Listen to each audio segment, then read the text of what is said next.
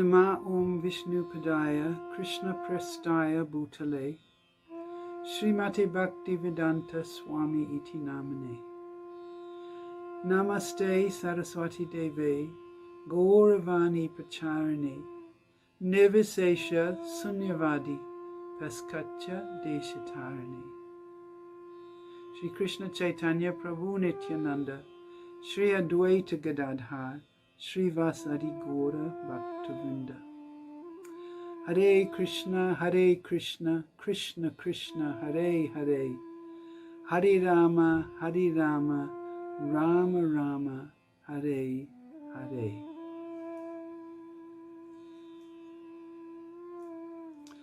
Well,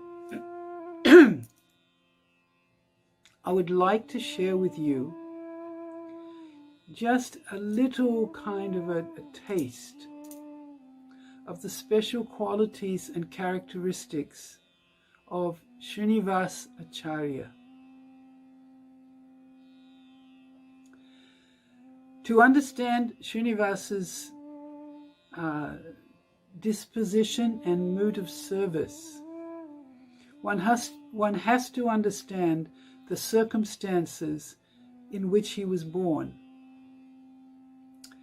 His father was a very good devotee, a very pious man, who was living at the time when Sri Chaitanya, as Nimai Pandit, was living in Navadvip and carrying out his Sankirtan movement.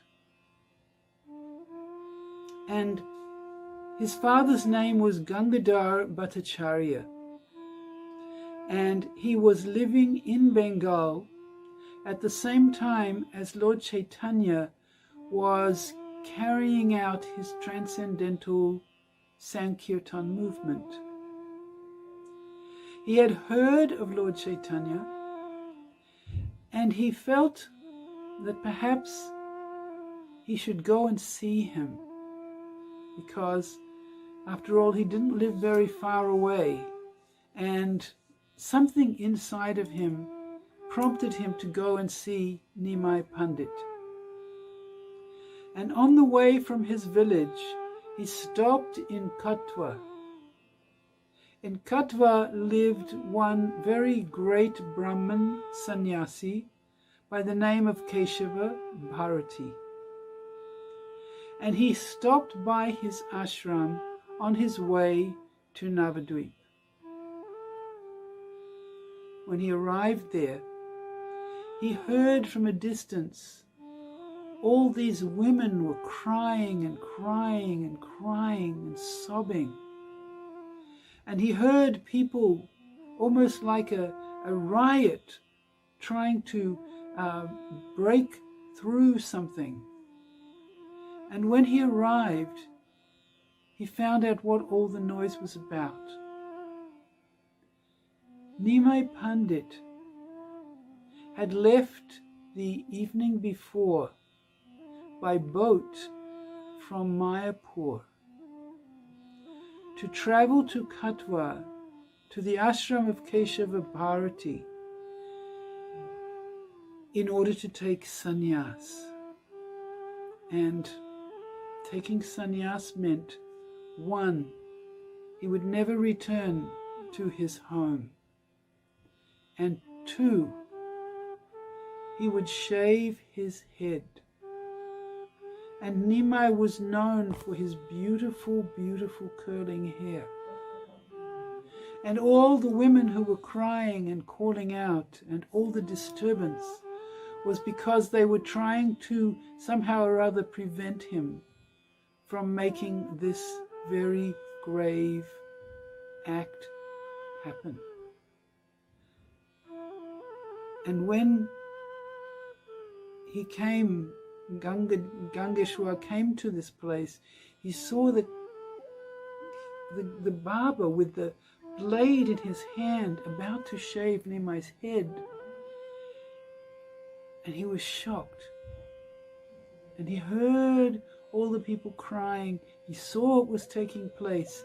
And when the sannyas name was given, Krishna Chaitanya, he couldn't take everything in his ecstasy, and he just kept repeating over and over and over again, Chaitanya, Chaitanya, Chaitanya, Chaitanya, Chaitanya, Chaitanya, Chaitanya. And he left Katwa and returned to his village in this state of mind.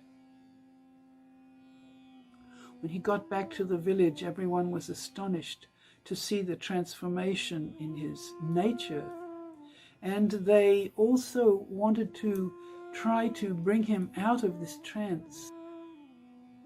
So when he came home in this state of consciousness, the people of the village, to pacify him and calm him down, they started to call him Chaitanya Das.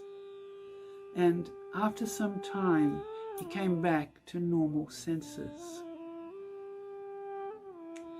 He and his wife were very renounced.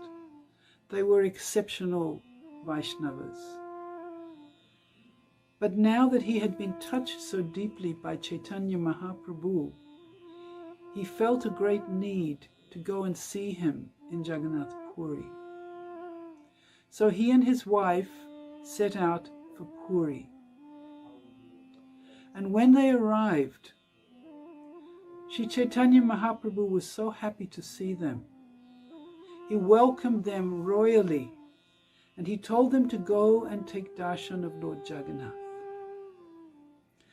And then he told Govinda, his servant, that this couple will give birth to a wonderful son. He will be extraordinary, and his name should be Srinivas. When they came to see Lord Chaitanya, he told them to return to their village as quickly as possible, and he gave them his full blessings. Now, Srinivasa Acarya is one of 5 great Vaishnavas who were the second, you could say, the second rung after Chaitanya Mahaprabhu's appearance. Lord Chaitanya extended his teachings to the 6 Goswamis, Sri Rupa, Raghunath, Sri Rupa, Sri Sanatan, Bhatta Raghunath, Sri Jiva Gopala Bhatta Das Raghunath. So these were the immediate disciples, you could say, of Chaitanya Mahaprabhu, who would disseminate his teachings as he had given instructions to them. And the next generation was Srinivas and his contemporaries. So Srinivas was a young boy around the time, you could say maybe 15, 16 years old, around the time when Sri Chaitanya Mahaprabhu was winding up his pastimes. And suddenly he got a very strong desire to go to Jagannath Puri and see Chaitanya Mahaprabhu. He was on his way when he met some travelers who were returning from Puri, and they told him the most terrible news that he could ever imagine. They told him that Lord Chaitanya had just left this world. And when Srinivas heard this, he decided right there on the spot to enter into a fire and to commit suicide. But he had a vision, something like a dream, of Lord Chaitanya and Lord Nityananda. And they both encouraged him and told him to continue on his way to Puri. Before Lord Chaitanya left, he instructed Gadadhara Pandita that when Srinivas comes, he is a great, great empowered devotee. You must teach him the Bhagavatam. However, when Sri Chaitanya Mahaprabhu left, everyone in Jagannath Puri was devastated. Remember, he's on his way there and Mahaprabhu has just left. So by the time he arrived, he visited various Vaishnavas, but all of them were in a state of despair and shock. And when he came to see Gadadhara Pandit and offer his respects to him, Gadadhara Pandit blessed him.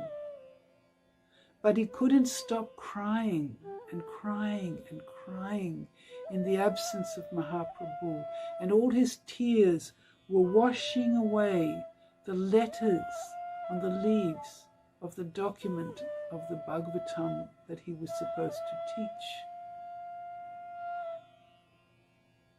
And then he told Srinivas, "We will need another copy for me to teach you." So Srinivas was sent back to Bengal to get another copy of the Bhagavatam and return as quickly as possible to the side of Gadadhara Pandit. And he went very, very quickly. Yet on his way back towards Puri, the same thing happened again. He met someone on the road who gave him the terrible news that Gadadhara Pandit could wait no longer, and he also had gone to be with Chaitanya Mahaprabhu. Srinivas was in so much despair, and still he made his way. Now this experience of meeting one Vaishnava after another and finding that somebody that he wanted to meet had just left continued as a pattern in the life of Srinivasa Acharya. It's quite mysterious actually, because one could say, well, why did that happen? So many times he just missed out on seeing somebody he really wanted to meet. Why? Why did that have to happen? But Srinivasa Acharya sets a particular mood, and he also comes at this cusp, this transition after Chaitanya Mahaprabhu has just left this planet. So when he goes back to Navadvip after Puri, he visits many great Vaishnavas, and every one of them tells him the same thing. They all tell him, go very quickly to Vrindavan. Go very, very quickly to Vrindavan. Chaitanya Mahaprabhu wants you to study there. And Rupa and Sanatan will not stay there very much longer. But still, for some reason, he visits one Vaishnava after another, taking their darshan, and each one tells him the same thing. And finally, he sets off for Vrindavan. 4 days before he reaches Vrindavan, he receives the news that both Sanatan Goswami and Srila Rupa Goswami have just left. And by this point, he's so unhappy, such a deep separation, that he falls to the ground crying throughout the night. And the villagers nearby heard this terrible, terrible crying, and they couldn't sleep. But during the night, Lord Chaitanya sent Rupa and Sanatan to console Srinivas and encourage him to continue, not to give up his life, but continue his journey to Vrindavan. Now, what strikes me when I read this story, this Leela, is how Srinivas comes as a next generation a next generation to Sri Chaitanya Mahaprabhu and a next generation to the Goswamis. And so he's not destined to meet all of them. He's destined to meet 3 of them, perhaps 4 of them, but not Sri Rupa and Sanatana Goswamis. And also the thing that strikes me is how Krishna has made a plan already for him.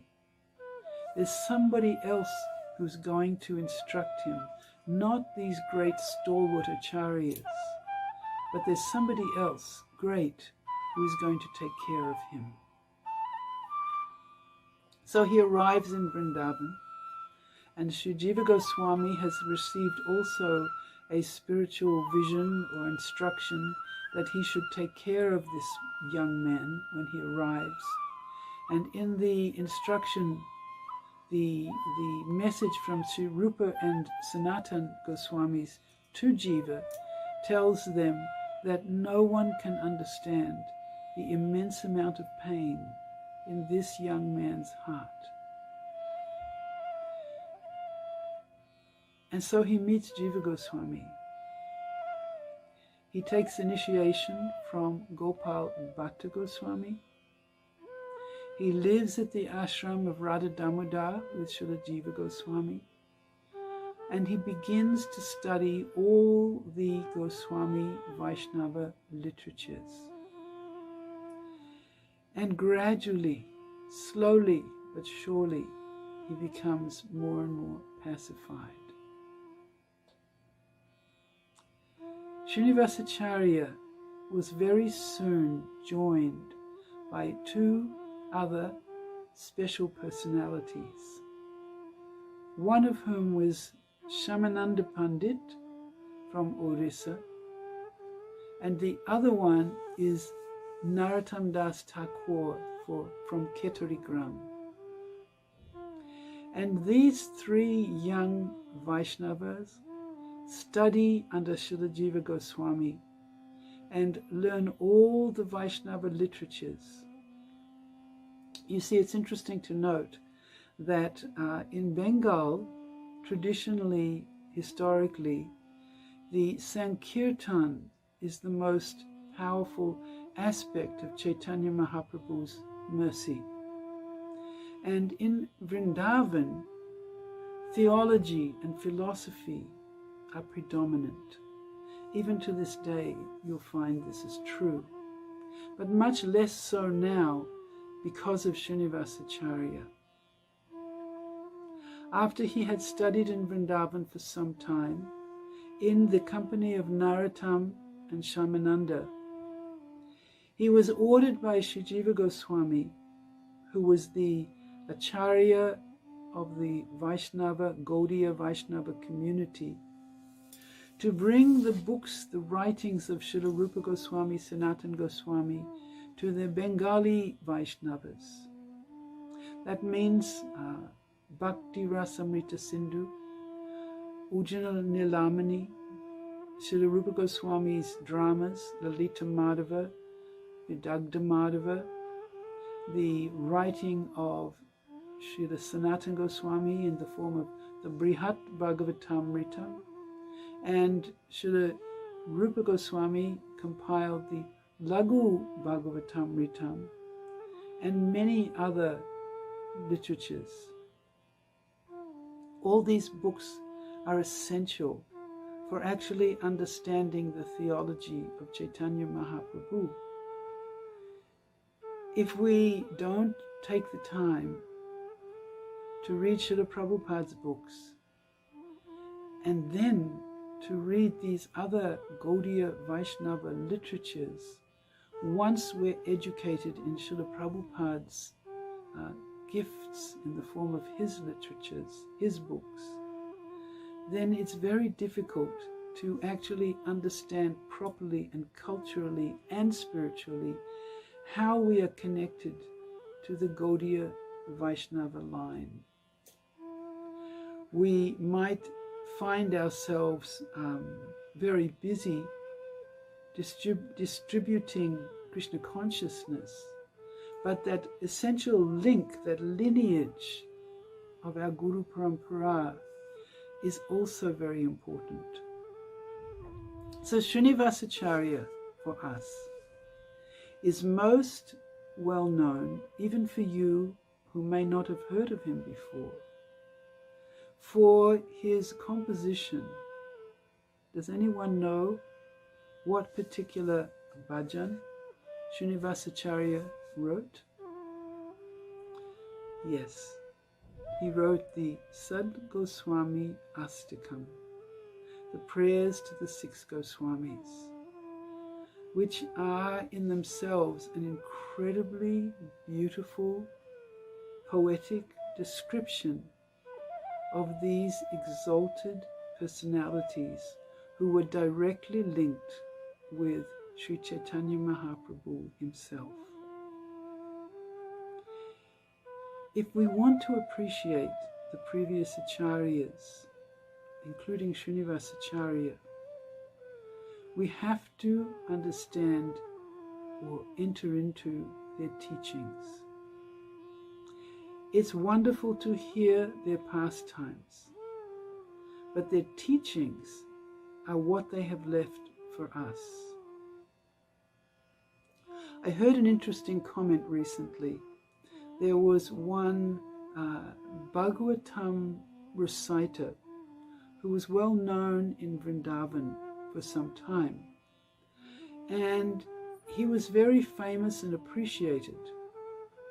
So one time when he was interviewed, he said, "If you want to understand and appreciate me, come to my Bhagavatam discourses. Don't try to interview me." He said, "When I am seated with the Bhagavatam and I am teaching the Bhagavatam, then I'm empowered by the blessings of Krishna and in the form of the Bhagavatam. And that's what's important about me. Not when I get off that seat and I go about my life, I'm an ordinary person. But when I'm speaking the Bhagavatam, that's what you should know from me." So I often think about that, how we can become immersed sentimentally in the little details which are important because there's a transcendental experience. But there's so much more to gain from actually studying the teachings of the great Acaryas. That substantiates our own understanding of Krishna consciousness, the theology, the philosophy, and it fortifies us against all the misconceptions, as Srila Prabhupada used to say, the misconceptions that are part of the modern materialistic educational system that we're exposed to all the time. So if we don't counterbalance our mundane education with a transcendental education, with transcendental teachers and teachings, then it will be more difficult for us to enter deeply into the minds and thoughts of these great personalities. Back to Srinivasa. So he, on the order of Srila Jiva Goswami, he and his 2 friends, Narottam and Shamananda, left Vrindavan to Mathura, and they had a big cart, 10 bodyguards, 4 strong bulls, and their business was to take the Gaudiya literatures to Bengal. And they did quite well in their efforts until they reached Bengal. And they had to pass through the province called Van Vishnupur. And the king of that particular province was a very mischievous fellow. And he had an astrologer who would help him to understand what people who were passing through his kingdom were carrying with them in some form or another, and then to work out a way to steal it. his astrologer told him that there's 3 people coming to your kingdom, and they have with them in a cart priceless jewels. Priceless jewels. So the king thought, this is my opportunity. And so he made arrangements to actually steal the cart from them whilst they were sleeping. And the cart was brought to his palace. And when those Vaishnavas woke up in the morning and they saw that those priceless jewel-like literatures had been taken away, again they felt like perhaps I should give up my life. But Srinivasa Acarya persevered. He found out about the king, and he managed to approach the king.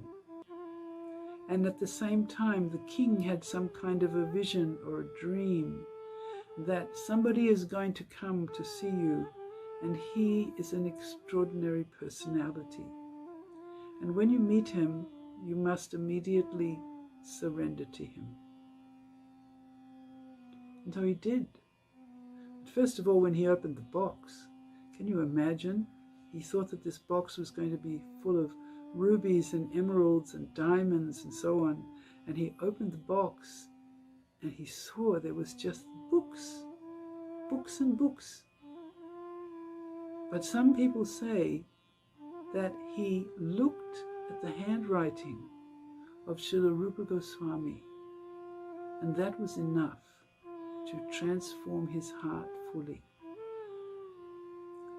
Whatever it was, when he met Srinivasa Acarya, he understood that he was in the company of an extremely exalted personality. And he submitted himself, his kingdom, his family, and everything to Srinivas. And he became one of Srinivasa Acarya's greatest disciples. There's another person who bears mentioning, who was a contemporary at the same time. Actually, he was a disciple of Srinivas, perhaps his most well-known disciple. His name was Ramachandra Kaviraj. And there's a beautiful story that's told that Ramachandra Kaviraj was extraordinarily handsome, like beautiful, like a demigod or something. And he had just become married. And he was going on the road in a palanquin. And Srinivas saw him. And he made a comment out loud. And he said something like, "It's very astonishing that a man would put a noose around his own neck and pull it."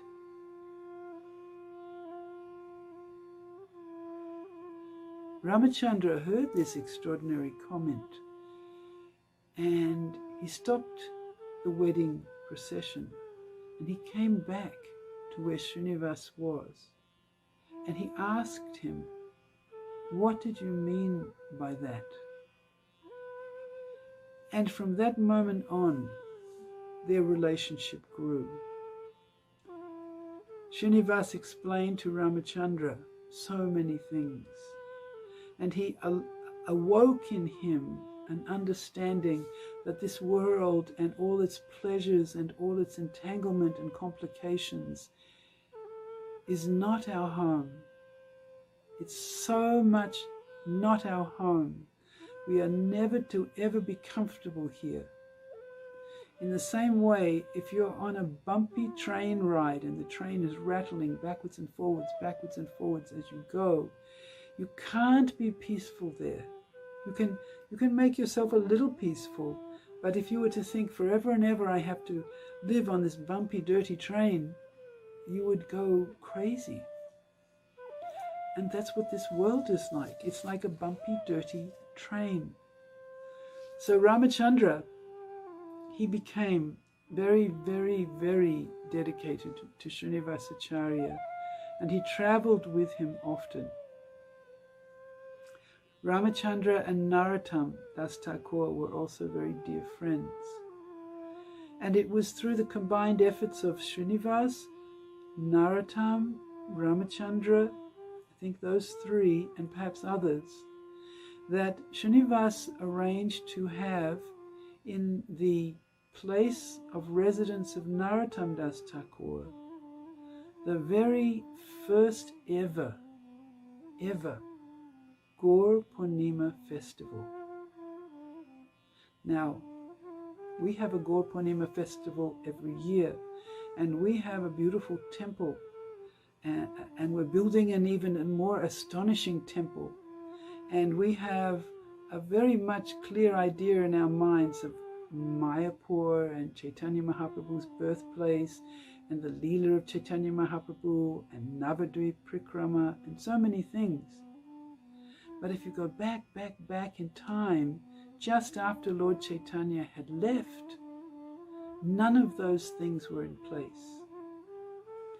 But Srinivas was the first one to hold an annual Gaur Purnima festival. There's a beautiful description of that festival in a book called Bhakti Ratnakar. And there it describes how so many people came, so many temporary residences were made for all the guests. They had continuous kirtan, but not just like kirtan. I mean, by that I mean kirtan, but not fully attentive. This was kirtan by associates of Chaitanya Mahaprabhu who were in tears as they were chanting, completely focused on the mantra, completely focused on Chaitanya Mahaprabhu. And during the kirtan, there was a huge kirtan. Chaitanya Mahaprabhu, Nityananda Prabhu, Advaita, Srivas, and Gadadhara all appeared to everybody's eyes in the middle of the kirtan. Can you imagine what that kirtan would have been like? I'm afraid I can't, but just the thought of it is so astonishing. So the Lord appeared, Nityananda appeared, they were dancing, and all the people started dancing and crying and rolling and mesmerized by the fact that they were getting this darshan. And then they disappeared. And everybody fell to the ground, moaning and crying out in grief. It was like the sun was present in their midst, and now there was just only darkness again. So these are the wonderful pastimes, the pastimes of loving exchange and the pastimes of deep separation from the Lord and his devotees. Deep separation. I know for myself, I can't even conceive of the loving exchanges that they interacted within. Yet, every time we experience the departure of a great Vaisnava, we sing that bhajan of Narottam Das Thakur that he wrote in the absence of his dear friend Srinivasa Acarya. So we are very fortunate to be able to do so. Hare Krishna.